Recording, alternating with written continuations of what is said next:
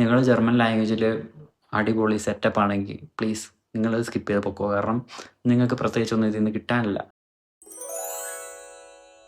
നിങ്ങൾ നാട്ടിൽ ഇപ്പോൾ ജർമ്മൻ പഠിച്ചുകൊണ്ടിരിക്കുകയാണെങ്കിലോ അല്ലെങ്കിൽ നിങ്ങളിപ്പം ഓൾറെഡി ജർമ്മനിയിലുണ്ട്, ഇപ്പോൾ നിങ്ങൾക്ക് ജർമ്മനൊന്നും അറിയില്ല, പക്ഷേ ജർമ്മൻ പഠിക്കാതെ സർവൈവ് ചെയ്യാൻ പറ്റില്ല എന്ന് തിരിച്ചറിഞ്ഞവരാണെങ്കിൽ അവർക്ക് വേണ്ടിയിട്ടുള്ള വീഡിയോ ആണിത്. ഇതൊരു വീഡിയോ അല്ല, അത് ഞാൻ സീരിയസ് ആയിട്ട് ചെയ്യാനാണ് ഉദ്ദേശിക്കുന്നത്. എന്നുവെച്ചാൽ ഒരു കംപ്ലീറ്റ് പ്ലേലിസ്റ്റ് ആയിട്ടായിരിക്കും വരാൻ പോകുന്നത്. അപ്പം ഇത് മെയിൻലി ഫോർ ജർമ്മൻ പഠിക്കാൻ ആഗ്രഹിക്കുന്ന ചിലപ്പോൾ മോട്ടിവേഷൻ കുറഞ്ഞ ആൾക്കാരായിരിക്കാം, അവർക്കും ഇത് യൂസ്ഫുൾ ആയിരിക്കും. കാരണം നിങ്ങൾക്ക് ചിലപ്പോൾ മോട്ടിവേഷൻ കിട്ടാം പഠിക്കാനായിട്ട്. അപ്പോൾ ഞാൻ എങ്ങനെയാണ് ഒരു ഇൻസ്റ്റിറ്റ്യൂട്ടിലും പോകാതെ എങ്ങനെ ജർമ്മൻ B2 വരെ എത്തി. സോ ഒന്നുകൂടെ ഓർമ്മിപ്പിക്കുകയാണ്, ഞാനൊരു ജർമ്മൻ ടീച്ചറല്ല, ഞാനൊരു ജർമ്മൻ ലേണറാണ്. ഞാൻ എങ്ങനെ പഠിക്കുന്നു, ഞാൻ എങ്ങനെ പഠിച്ചു, ആ ഒരു കാര്യങ്ങൾ ഷെയർ ചെയ്യാൻ മാത്രം, എക്സ്പീരിയൻസ് ഷെയർ ചെയ്യുന്നു. ആ എക്സ്പീരിയൻസസിൽ നിന്ന് നിങ്ങൾക്ക് യൂസ് ചെയ്യാൻ പറ്റുന്ന കാര്യങ്ങൾ നിങ്ങൾക്ക് എടുക്കാം. ചിലപ്പോൾ ഞാൻ പറയുന്ന കാര്യങ്ങൾക്ക് നിങ്ങൾക്ക് മോട്ടിവേഷൻ കിട്ടുന്നുണ്ടെങ്കിൽ അത് നിങ്ങൾക്ക് എടുക്കാം. ഞാൻ നിങ്ങളെ ഇരുത്തി ഗ്രാമർ പഠിപ്പിക്കാൻ പോകുന്നില്ല എന്തായാലും. കാരണം ഞാൻ അങ്ങനത്തെ ഒരു ടീച്ചറല്ല, ഞാൻ ജർമ്മൻ ലാംഗ്വേജ് എക്സ്പേർട്ടല്ല. പിന്നെ ഞാൻ ഈ സീരീസ് ഓഫ് വീഡിയോസ് സ്റ്റാർട്ട് ചെയ്യണമെന്ന് ആഗ്രഹിച്ചിട്ട് കുറേ നാളായി. പക്ഷേ എപ്പോഴും ചിന്തിക്കുമ്പോൾ ഞാൻ അങ്ങനെ ആലോചിക്കും, തന്നെ എനിക്ക് പറ്റിയ പണിയാണോ?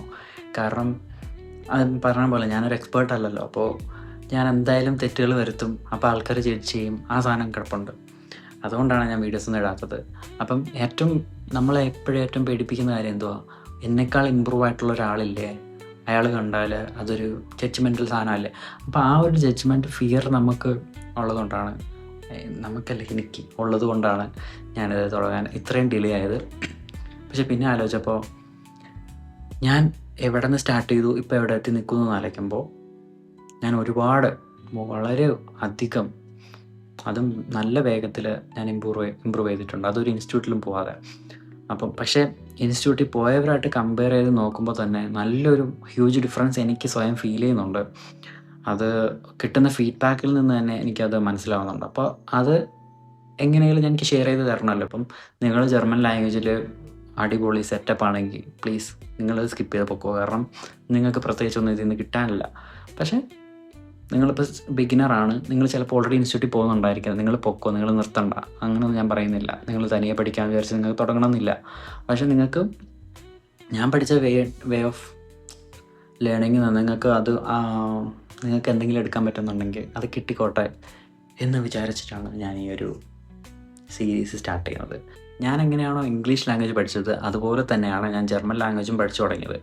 ഒരു ഇൻസ്റ്റിറ്റ്യൂട്ടിലും പോകാതെ ഞാൻ സ്വയം എങ്ങനെ പഠിക്കാം എന്നുള്ള രീതിക്കാണ്. കാരണം എൻ്റെ ഒരു രീതിക്ക് എനിക്ക് ഇൻസ്റ്റിറ്റ്യൂട്ടിൽ പോയി പഠിച്ച് മറ്റേ സ്പൂൺ ഫീഡ് തരുന്ന രീതിക്ക് എനിക്ക് പഠിക്കാൻ പറ്റത്തില്ല. എനിക്ക് പഠിക്കണമെങ്കിൽ എനിക്ക് സ്വന്തമായിട്ട് ഇഷ്ടത്തോടെ എൻ്റെ ഇൻട്രസ്റ്റ് വെച്ച് എൻ്റെ ഒരു രീതിയിൽ അപ്രോച്ച് ചെയ്ത് ഞാൻ പഠിക്കും. പഠിക്കുക എന്ന് വെച്ചാൽ ആ വാക്ക് തന്നെ ഞാൻ അങ്ങ് മാറ്റി വെക്കുക. അതിനെ പഠിക്കുക എന്നുള്ളതല്ല ഞാൻ യൂസ് ചെയ്യുന്നത്, അതുമായിട്ട് അങ്ങോട്ട് ഇറങ്ങിച്ചെല്ല എന്നൊരു സാധനമുണ്ട്. ഞാനെപ്പോഴും ജർമ്മൻ ലാംഗ്വേജ് സംസാരിക്കുമ്പോൾ ഒരുപാട് തെറ്റുകൾ വരുത്തും. ഞാൻ പലപ്പോഴും ആർട്ടിക്കിൾ മൈൻഡ് പോലും ചെയ്യാറില്ല.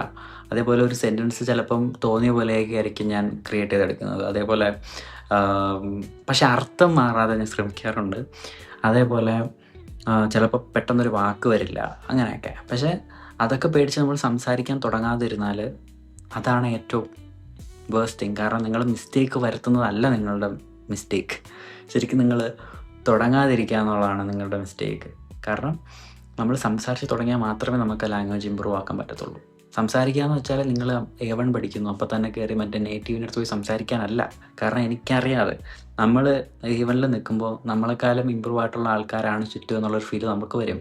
കാരണം നമ്മളുടെ അതേ ലെവലിൽ നമ്മൾ ഇന്ന് തന്നെ തുടങ്ങാൻ നിൽക്കുന്ന ഒരാളെ നമുക്ക് കിട്ടത്തില്ലല്ലോ. അതുകൊണ്ട് തന്നെ നമ്മുടെ ഉള്ളിൽ ആ പേടി ഉണ്ടാവും, നമ്മളെക്കാളും ഇമ്പ്രൂവ് ആയിട്ടുള്ള ആളാണല്ലോ അപ്പുറത്തുള്ളത്, അയാൾ ജഡ്ജ് ചെയ്യുമോ എന്നൊക്കെ സാധനം ഉണ്ടല്ലോ. അതുകൊണ്ട് നമ്മൾ സ്വന്തമായിട്ട് സംസാരിക്കാൻ തുടങ്ങുക. അല്ലെങ്കിൽ ഇപ്പം നമുക്ക് ഏറ്റവും യൂസ്ഫുൾ ആയിട്ടുള്ള കാര്യമാണ് AI യൂസ് ചെയ്യുക എന്നുള്ളത്. ഒരുപാട് ടെക്നിക്സ് യൂസ് ചെയ്തിട്ടുണ്ട്. അതേപോലെ A1 ഇരിക്കുമ്പോൾ തന്നെ ഞാൻ ഒന്നും മനസ്സിലായില്ലെങ്കിലും ഞാൻ ചുമ്മാ B2ൻ്റെയൊക്കെ വീഡിയോ എടുത്ത് വെച്ച് കാണും. B2 ലെവലിലുള്ള അല്ലെങ്കിൽ നേറ്റീവ്സിൻ്റെ യൂട്യൂബ് വീഡിയോസ് എടുത്ത് വെച്ച് കാണും, സബ് ടൈറ്റിൽസ് ഇട്ടിട്ട്. അപ്പോൾ ചിലപ്പോൾ നമ്മളൊന്നും ചെയ്യാതിരിക്കുവാണെങ്കിൽ നമുക്ക് ശരിക്കും ഒന്നും കിട്ടാൻ പോകുന്നില്ല. പക്ഷേ നമുക്കൊന്നും മനസ്സിലായില്ലെങ്കിലും നമ്മളവിടെ എന്തെങ്കിലും ചെയ്യുന്നുണ്ടെങ്കിൽ, ലൈക്ക് ചുമ്മാ ഒരു വീഡിയോ പ്ലേ ചെയ്യുന്നു, സബ് ടൈറ്റിൽ നോക്കുന്നു, ചിലപ്പോൾ അവിടെ നമ്മൾ ഒരൊറ്റ വാക്ക് ചിലപ്പോൾ ഒരു 20 മിനിറ്റ് പഠിക്കുമായിരിക്കാം.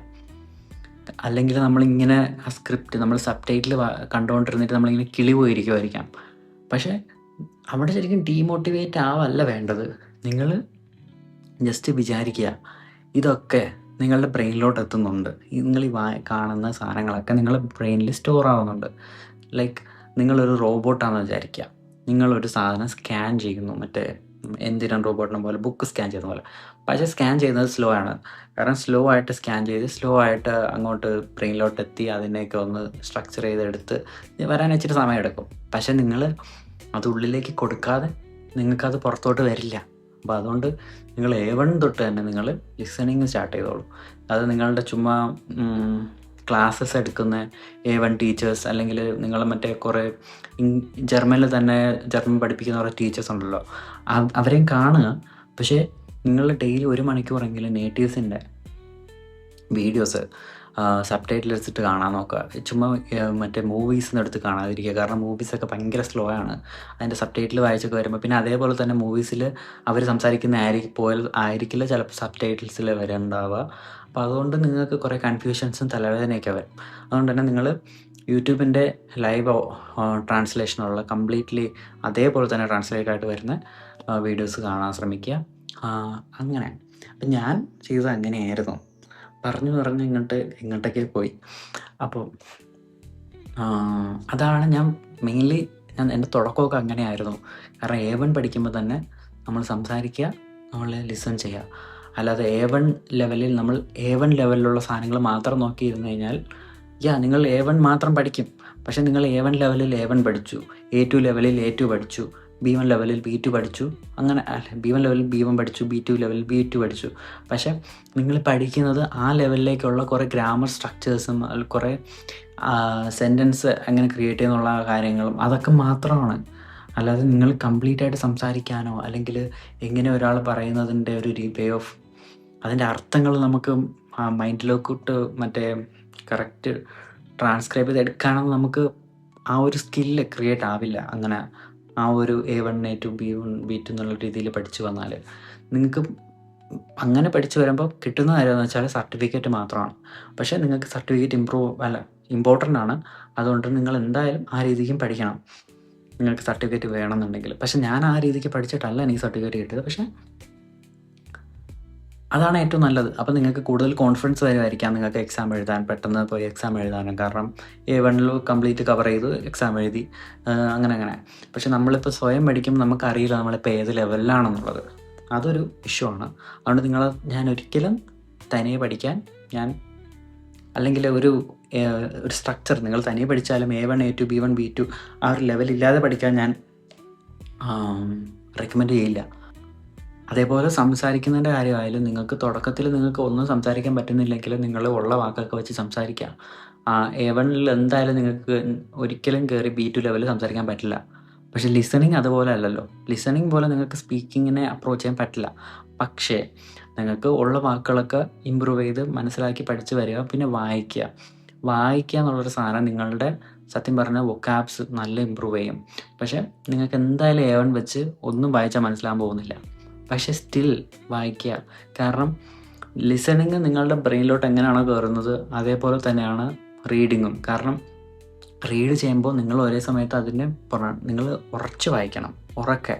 കാരണം ഉറക്കെ വായിച്ചു കഴിഞ്ഞാൽ നിങ്ങളുടെ ആ പ്രൊനൗൺസിയേഷൻ ഇമ്പ്രൂവ് ആകും. അതെങ്ങനെയാണ് കറക്റ്റ് പ്രൊനൗൺസ് ചെയ്യുന്നുള്ളത് നോക്കി അത് വായിച്ച് അതിൻ്റെ അർത്ഥം മനസ്സിലാക്കി അത് ഞാൻ എങ്ങനെയാണ് ആ ടെക്നിക്സിന് ഞാൻ കുറേ കാര്യങ്ങൾ യൂസ് ചെയ്തിട്ടുണ്ട്. ഒരു ആപ്സൊക്കെ അതൊക്കെ എങ്ങനെയാണെന്നുള്ളത് ഞാൻ അടുത്ത സീരീസിൽ പറഞ്ഞുതരാം. അതിനൊക്കെ ഞാൻ ഒരു സ്ട്രക്ചറായിട്ട് ഒരു വീഡിയോ ആയിട്ട് ചെയ്തേക്കാം, ഒരു കംപ്ലീറ്റ് പ്ലേലിസ്റ്റായിട്ട്.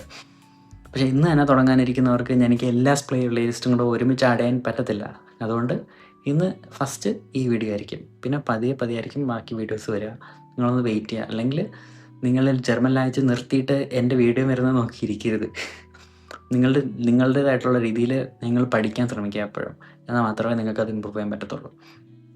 അപ്പം എങ്ങനെയാണ് ആ വായനയിലൂടെ നമ്മളുടെ സ്പീക്കിംഗ് ഇമ്പ്രൂവ് ചെയ്യാന്നുള്ളതും, വായന സത്യം പറഞ്ഞാൽ നമ്മളുടെ സ്പീക്കിങ്ങിനെയും ഒരു ഇതിലേക്ക് കണക്റ്റ് ആവുന്നുണ്ട്. അതെങ്ങനെയാണെന്ന് എനിക്കറിയില്ല. ബട്ട് എനിക്ക് തോന്നുന്നു നമ്മൾ വായിക്കുമ്പോൾ കുറേ വാക്കുകൾ നമ്മൾ മനസ്സിലാക്കുന്നുണ്ട്, സെൻറ്റൻസ് സ്ട്രക്ചേഴ്സ് നമ്മൾ വായിക്കുന്നുണ്ട്.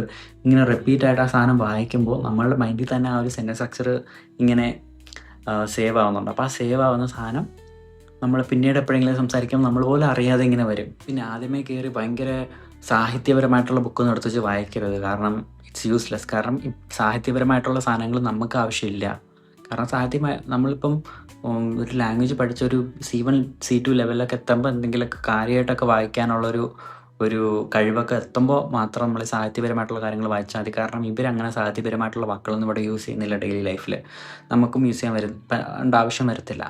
അതേപോലെ നമ്മൾ പഠിക്കുമ്പോൾ നമ്മൾ ആവശ്യമില്ലാത്ത ഓവർ ആയിട്ടുള്ള സാഹിത്യപരമായിട്ടുള്ള വാക്കുകൾ പഠിക്കേണ്ട ആവശ്യമില്ല. അതൊക്കെ ഒഴിവാക്കി വിടുക. നിങ്ങൾ ഈ ഈ ലക്ഷക്കണക്കിനുള്ള വാക്കുകളെല്ലാം കൂടെ തലയിൽ വെക്കേണ്ട ഒരാവശ്യമില്ല. നിങ്ങൾക്ക് കുറച്ച് ഒരു 5000 വാക്കൊക്കെ മതി തുടങ്ങാൻ. തുടക്കമെന്ന് വെച്ചാൽ ഒരു B1 ആ ഒരു ലെവലൊക്കെ സംസാരിച്ചൊക്കെ ആവാനായിട്ട് ഒരു 5000 വാക്കൊക്കെ മതി. പിന്നെയാണ് കൂടുതൽ വാക്ക് തനിയെ വന്നോളും. നമ്മൾ പിന്നെ ഒരു ട്രെയിൻ ഇങ്ങനെ പതിയെ സ്റ്റാർട്ട് ചെയ്ത് പിന്നെ അങ്ങോട്ട് സ്പീഡാവുന്ന പോലെ. എനിക്കറിയില്ല ട്രെയിൻ എങ്ങനെ ശരിക്കും സ്റ്റാർട്ട് ചെയ്യണം അങ്ങനെയൊന്നും. പക്ഷേ ഞാൻ പറഞ്ഞ ഒരു പതിയെ ഇങ്ങനെ തുടങ്ങി പിന്നെ സ്പീഡായി വരും. അതാണ് സംഭവം. അപ്പം നിങ്ങൾ ആ ഒരു തുടക്കത്തിനെ റെസ്പെക്റ്റ് ചെയ്ത് നിങ്ങൾ അവിടെ ഒരു കുറച്ച് ടൈം ഇൻവെസ്റ്റ് ചെയ്യാന്ന് വെച്ചാൽ നിങ്ങളതിനൊരു എൻ്റർടൈൻമെൻ്റ് ആക്കുക. നിങ്ങളത് എൻ്റർടൈൻ ചെയ്ത് നിങ്ങളെ സ്വയം അത് എൻ്റർടൈൻ ചെയ്യുന്നതെന്ന് വിശ്വസിച്ച് നിങ്ങളൊരു വലിയ സംഭവമാണെന്ന് വിചാരിക്കുക. നിങ്ങൾ ലാംഗ്വേജിലൊരു കിടിലാണെന്ന് വിചാരിച്ച് നിങ്ങളങ്ങ് പഠിക്കുക. അത്ര തന്നെ. ഒരു ദിവസം വരുമ്പോൾ നിങ്ങൾക്ക് നന്നായിട്ട് സംസാരിക്കാൻ പറ്റുന്നത് നിങ്ങൾ തന്നെ നിങ്ങളെ സ്വയം ആലോചിച്ച് പ്രൗഡായിരിക്കും. ആ ഒരു സാധനം. പിന്നെ ചില ലാംഗ്വേജ് ഇൻസ്റ്റിറ്റ്യൂട്ട്സിൽ അവർ നിങ്ങളുടെ ടീച്ചേഴ്സിന് B2 ലാംഗ്വേജ് സർട്ടിഫിക്കറ്റ് ഉണ്ടെന്ന് വെച്ച് അവർ വലിയ സംഭവമാണെന്ന് നിങ്ങൾ വിചാരിക്കരുത്. കാരണം B2 സർട്ടിഫിക്കറ്റ് ഉണ്ടെന്ന് വെച്ചാൽ അവർ ഭയങ്കര സംഭവം ആവുന്നില്ല. കാരണം അവർക്ക് നല്ലൊരു എക്സ്പോഷർ, നല്ല സംസാരിച്ച് റിയൽ ജർമ്മൻസ് ആയിട്ട് സംസാരിച്ചൊക്കെ ഉള്ള ഒരു എക്സ്പോഷറും കാര്യങ്ങളൊക്കെ ഉണ്ടെങ്കിൽ മാത്രമേ അവർക്ക് ശരിക്കും നിങ്ങളെ ഹെൽപ്പ് ചെയ്യാൻ പറ്റത്തുള്ളൂ. അല്ലെങ്കിൽ നിങ്ങൾ ഒരു ലൂപ്പിൽ പെട്ട പോലെയാണ്. കാരണം B2 വരെ എങ്ങനെയോ എത്തി പാസ്സായ സർട്ടിഫിക്കറ്റ് കിട്ടിയ ആൾ A1 പഠിപ്പിക്കുന്നു. അങ്ങനെ ഒരു അങ്ങോട്ടും ഇല്ല ഇങ്ങോട്ടും ഇല്ല, ഒന്നും എത്താത്ത രീതിയിൽ എങ്ങോട്ടൊക്കെയോ പൊയ്ക്കൊണ്ടിരിക്കണം. ആ രീതിക്ക് എത്തിയിട്ട് കാര്യമില്ല. നിങ്ങൾക്ക് ലാംഗ്വേജ് സർട്ടിഫിക്കറ്റ് കിട്ടുമായിരിക്കാം. പിന്നെ ആൾക്കാർ കോഡൊക്കെ വെച്ച് എന്തൊക്കെ, എനിക്കറിയില്ല കോഡ് എന്താ സംഭവം, പക്ഷേ ആൾക്കാർ കോഡൊക്കെ വെച്ച് പാസ്സാകുന്നുണ്ടെന്ന് കേൾക്കുന്നുണ്ട്. അപ്പം അങ്ങനെയൊക്കെ പാസ്സായിട്ട് വന്നിട്ട് ഇവിടെ വന്നിട്ടൊരു കാര്യമില്ല. കാരണം ഇവിടെ ആരും വന്നും കയറാൻ പോലും പോകുന്നില്ല. നിങ്ങൾക്ക് ഇവിടെ വന്ന് ലാംഗ്വേജ് സംസാരിക്കാൻ പറ്റുന്നുണ്ടോ എങ്കിൽ മാത്രമേ നിങ്ങൾക്ക് ഇവിടെ സർവ് ചെയ്യാൻ പറ്റത്തുള്ളൂ. കാരണം എന്ന് വെച്ചാൽ ഇവിടെ Day 1 തൊട്ട് തന്നെ ക്ലാസ് സ്റ്റാർട്ട് ചെയ്യും. അപ്പോൾ നിങ്ങൾ ഇവിടെ വന്നിട്ട് നിങ്ങൾക്ക് ഇനി ലാംഗ്വേജ് കൂടുതൽ ഇമ്പ്രൂവ് ചെയ്യാം എന്നൊക്കെ വിചാരിച്ചിരുന്നിട്ട് കാര്യമില്ല. കാരണം നിങ്ങൾ Day 1 തൊട്ട് അവർ ചോദിക്കുന്ന ഉത്തരങ്ങൾ കൊടുക്കണം. നിങ്ങൾക്ക് അപ്പം തന്നെ നിങ്ങൾക്ക് മാർക്ക് ഇട്ട് തുടങ്ങുവാണ്. നിങ്ങൾക്ക് ചിലപ്പം ഫസ്റ്റ് വീക്കിൽ തന്നെ എക്സാംസ് കാണും, ക്ലാസ് ടെസ്റ്റ്. അതൊക്കെ നിങ്ങൾക്ക് പാസ്സാവേണ്ടിയിരിക്കുന്നു. അതൊക്കെ പാസ്സായില്ല എന്നുണ്ടെങ്കിൽ അവസാനം എല്ലാം കൂടെ കൂടിയിട്ട് നമുക്കൊരു പ്രോബസൈറ്റ് എന്നൊരു സാധനമുണ്ട്. ആ പ്രോബസൈറ്റിനുള്ളിൽ നിങ്ങൾ നല്ലൊരു മാർക്ക്, ഒരു നല്ലൊരു പെർഫോമൻസ് കാഴ്ചവെച്ചില്ല എന്നുണ്ടെങ്കിൽ അവർ നിങ്ങളെ പുറന്തള്ളും. നിങ്ങൾക്ക് ചിലപ്പോൾ നിങ്ങളെ പറഞ്ഞു വിടും. അതുകൊണ്ട് നിങ്ങളുടെ അതിന് ഒരു ലാംഗ്വേജ് ശരിക്കും വേണം. അവരുമായിട്ട് ശരിക്കും കമ്മ്യൂണിക്കേറ്റ് ചെയ്യണം. ആ ലാംഗ്വേജ് നമുക്ക് പഠിക്കാൻ പറ്റണം. ആ ലാംഗ്വേജ് വെച്ച് നമുക്ക് പഠിക്കാൻ പറ്റണം എന്നുള്ള രീതിയിൽ നിങ്ങൾ അതിനെ അപ്രോച്ച് ചെയ്തില്ല എന്നുണ്ടെങ്കിൽ നിങ്ങൾ പെട്ടുപോകും. ഇവിടെ നിങ്ങൾ ജർമ്മൻസുമായിട്ടാണ് ക്ലാസ്സിലിരിക്കുന്നത്. അപ്പം ജർമ്മൻസുമായിട്ട് നിങ്ങളെ ക്ലാസ്മേറ്റ്സുമായിട്ട് നിങ്ങൾക്ക് കമ്മ്യൂണിക്കേറ്റ് ചെയ്യണമെങ്കിൽ നിങ്ങൾക്ക് ആ ലാംഗ്വേജിൽ നല്ലൊരു ഇത് വേണം. അല്ലാതെ കോഡ് വെച്ച് പാസ്സായിട്ട് വന്നിട്ട് നിങ്ങൾക്ക് ഇവിടെ വന്നിങ്ങനെ വായം പൊളിച്ചിരുന്നിട്ട് കാര്യമില്ല. നിങ്ങൾ നാട്ടിൽ നിങ്ങൾ മലയാളത്തിൽ അടിപൊളിയായിരിക്കും. പക്ഷെ നിങ്ങൾ ആ ലാംഗ്വേജ് നിങ്ങൾ ഇൻസെക്യൂർ ആണെങ്കിൽ നിങ്ങളിവിടെ വന്നിട്ട് വെറും ഇൻസെക്യൂർഡ് ആയിട്ടൊരു മൂലയ്ക്ക് ഇരിക്കാനേ നിങ്ങൾക്ക് പറ്റത്തുള്ളൂ. നിങ്ങൾക്ക് നല്ല പേടിയായിരിക്കും, നിങ്ങൾ ടെൻഷനായിരിക്കും, നിങ്ങളെപ്പോഴും സ്ട്രെസ്ഫുള്ളായിരിക്കും. അതുകൊണ്ട് തന്നെ ആ സ്ട്രെസ്സൊന്നും ഇല്ലാതിരിക്കാൻ നാട്ടിൽ നിൽക്കുമ്പോൾ, നാട്ടിൽ വേറെ പണിയൊന്നും ഇല്ലല്ലോ. ഇപ്പം പണിക്കൊക്കെ പോയിട്ട് ഇതാക്കുന്നവരാണെങ്കിലും നിങ്ങൾ ഇടുന്ന എഫേർട്ടിന്, നിങ്ങൾ കൊടുക്കുന്ന സമയത്തിന് കുറച്ച് വാല്യൂ കൊടുത്ത് അത് ഏറ്റവും ബെനിഫിഷ്യൽ ആക്കാനായിട്ട് ശ്രമിക്കണം. പിന്നെ നാട്ടിൽ ഈ B2 സർട്ടിഫിക്കറ്റ് ഉള്ളവരെ A1 പഠിപ്പിക്കുന്ന ആ ഒരു ഇതിൽ മറ്റൊരു പ്രശ്നം എന്ന് വെച്ച് കഴിഞ്ഞാൽ പ്രൊണൗൺസിയേഷനാണ്. ഇവർക്ക് ആർക്കും കറക്റ്റ് ഇങ്ങനെയാണ് ഇതൊക്കെ പ്രൊണൗൺസ് ചെയ്യണമെന്ന് ഒറ്റ ഐഡിയ ഇല്ല. ചുമ്മാ ഒരു വാക്ക് കിട്ടുന്നു, ചിലപ്പോൾ അയാൾക്ക് മുന്നേ ആരാണോ പറഞ്ഞു കൊടുത്തത് അതേ സാധനം താഴത്തുള്ള ആൾക്കും പറഞ്ഞു കൊടുക്കുന്നു. അങ്ങനെ തെറ്റ് തന്നെ ഇങ്ങനെ കറങ്ങി തിരിഞ്ഞ് കിടക്കുക. പിന്നെ നമ്മളുടെ മലയാളം അക്സെൻറ്റ് വെച്ച് ജർമ്മൻ പഠിച്ചിട്ട് ഒരു കാര്യമില്ല. കാരണം ഇവിടെ ഒരു ലോഡ് ഡയലക്ട്സ് ഉണ്ട്. ഇതെല്ലാം നിങ്ങൾക്ക് മനസ്സിലാക്കി വരാൻ കുറേ സമയമെടുക്കും. പിന്നെ നിങ്ങൾക്ക് ഇൻസ്റ്റിറ്റ്യൂട്ട്സിൽ നിങ്ങൾക്ക് പരസ്പരം സംസാരിക്കാനുള്ള ഓപ്പർച്യൂണിറ്റി ഉണ്ട്, യെസ്. പക്ഷെ നിങ്ങൾ സംസാരിക്കുന്ന ആരെടുത്താ? അവരെ ചിലപ്പോൾ നിങ്ങൾക്ക് മനസ്സിലാവുന്നുണ്ടായിരിക്കും. കാരണം നിങ്ങളെല്ലാം പഠിക്കുന്ന ഒരു രീതിക്കാണ്, ഒരു ലെവലിലാണ് നിങ്ങൾ നിൽക്കുന്നത്. അതുകൊണ്ട് തന്നെ നിങ്ങൾക്ക് പരസ്പരം മനസ്സിലാവുന്നുണ്ട്. അതെ, അവിടെ നിങ്ങൾക്ക് കുറേ ഇമ്പ്രൂവ്മെൻറ്റ്സ് ഉണ്ട് എന്ന് തന്നെയാണ്. ഇമ്പ്രൂവ്മെൻറ്റ്സ് ഇല്ല എന്നുള്ളതല്ല. പക്ഷേ നിങ്ങൾക്ക് അതിനേക്കാളും ആ ടൈമിൽ ഇമ്പ്രൂവ് ചെയ്യാൻ പറ്റും. കുറേ സെൽഫായിട്ട് കുറച്ചും കൂടെ എഫേർട്ട് ഇട്ട് കഴിഞ്ഞാൽ എന്ന് എനിക്ക് പറയാനുള്ളൂ. അത് ആ ഒരു കാര്യത്തിനെ ഫോക്കസ് ചെയ്താണ് മെയിൻലി ഞാൻ ഈ സീരീസ് ചെയ്യാൻ തന്നെ ഉദ്ദേശിച്ചത്. കാരണം മെയിൻലി ഈ പ്രൊനൗൺസിയേഷൻ തെറ്റ്, അഴുക്ക ഈ ഒരു പ്രൊനൗൺസിയേഷനെ വെച്ച് നമ്മൾ ഇവിടെ വന്നിട്ട് അവരെന്താ പറയണേന്ന് നമുക്ക് ചിലപ്പോൾ മനസ്സിലാവില്ല. നമുക്ക് ആ വാക്ക് ചിലപ്പോൾ അറിയായിരിക്കും. പക്ഷെ അവർ പ്രൊനൗൺസ് ചെയ്യുന്നത് അവരുടെ രീതിക്കാണ്, കറക്റ്റ് രീതിക്കാണ്. പക്ഷെ നമ്മൾ നമ്മളുടെ രീതിക്ക് പഠിച്ചു വെച്ചേക്കുന്നതുകൊണ്ട് ചിലപ്പോൾ അത് നമുക്ക് മനസ്സിലാവില്ല. അത് വളരെ ഒരു മെയിൻ പോയിൻ്റാണ്. അപ്പം അതൊക്കെ എങ്ങനെ ഇമ്പ്രൂവ് ചെയ്യാന്നുള്ളത് ഞാൻ പറഞ്ഞുതരാം. ഈ സീരീസിൽ ഏതെങ്കിലും ഒരു വീഡിയോ പ്രൊനൗൺസിയേഷൻ വരെയുള്ളതായിരിക്കും. സോ നിങ്ങളെന്തായാലും ഈ വീഡിയോയിലൂടെ ഞാൻ എങ്ങനെയെങ്കിലും നിങ്ങളെ മോട്ടിവേറ്റ് ചെയ്ത് ചിലപ്പം പഠിപ്പിച്ചിരിക്കുന്നല്ല, നിങ്ങളെ പഠിക്കാനായിട്ട് മോട്ടിവേറ്റ് ചെയ്തിരിക്കും. അത്ര എനിക്ക് പറയാൻ പറ്റത്തുള്ളൂ. പഠിക്കേണ്ടതൊക്കെ നിങ്ങളാണ്. അപ്പോൾ അടുത്ത വീഡിയോയിൽ ഈ വീഡിയോയുടെ മെയിൻ തുടക്കമായിട്ട് വരുന്നത് വരെ ചൂസ്.